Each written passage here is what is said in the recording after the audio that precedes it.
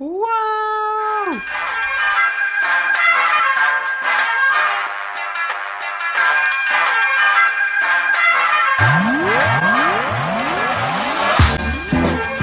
Et voilà, on se retrouve aujourd'hui pour une vidéo du coup sur un skate électrique, le Pomelo P5 que j'ai acheté à la Fnac il y a plus d'une semaine. Donc voilà, je vais commencer rapidement par vous montrer en fait ce qu'il y a dans le colis. Donc on commence évidemment avec une notice, hein, c'est classique.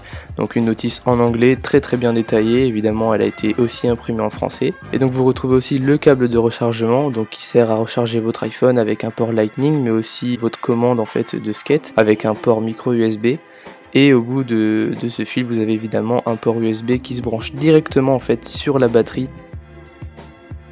Aussi compris dans le colis, vous aurez évidemment la manette dont je vous parlais tout de suite. Donc cette manette vous permet d'avancer le skate ou de le reculer. Donc avec une molette qui est hyper intuitive, vous l'avancez, vous freinez le skate. Vous avez aussi une autre touche qui vous permet d'avancer ou de reculer le skate directement, ainsi que l'allumer ou régler encore les 3 modes de vitesse différents.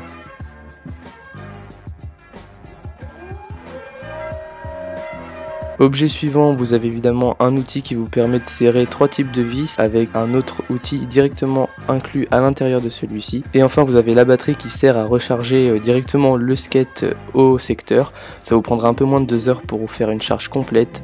Et pour la petite manette c'est pareil, ça se recharge assez rapidement quand même. Et donc voilà, maintenant on arrive au skate électrique, le cœur même du colis.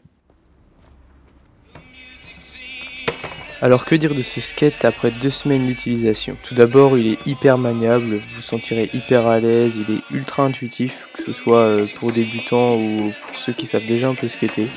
Il est aussi assez flexible, ce qui est étonnant pour un skate électrique, donc c'est assez agréable car souvent les skates électriques c'est des planches assez rigides donc on peut rien faire dessus. Sinon la connexion entre le skate et la manette se fait très rapidement. D'ailleurs la connexion lâche pas du tout, ça m'est jamais arrivé et la seule fois où la manette a bipé c'est quand mon skate était à un peu plus de 40 mètres de moi.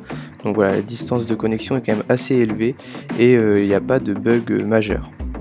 Sinon la batterie elle est démontable, donc si jamais vous pouvez en acheter une deuxième, bah c'est toujours ça, vous étendez votre rayon d'action. Alors au niveau des finitions, ce skate il est ultra bien fini, il est en bambou et en fibre de verre. J'ai vu vraiment aucun problème sur les finitions, c'est vraiment un excellent boulot qui a été fait dessus. Et pourtant je suis maniaque donc voilà, c'est que le truc est vraiment nickel.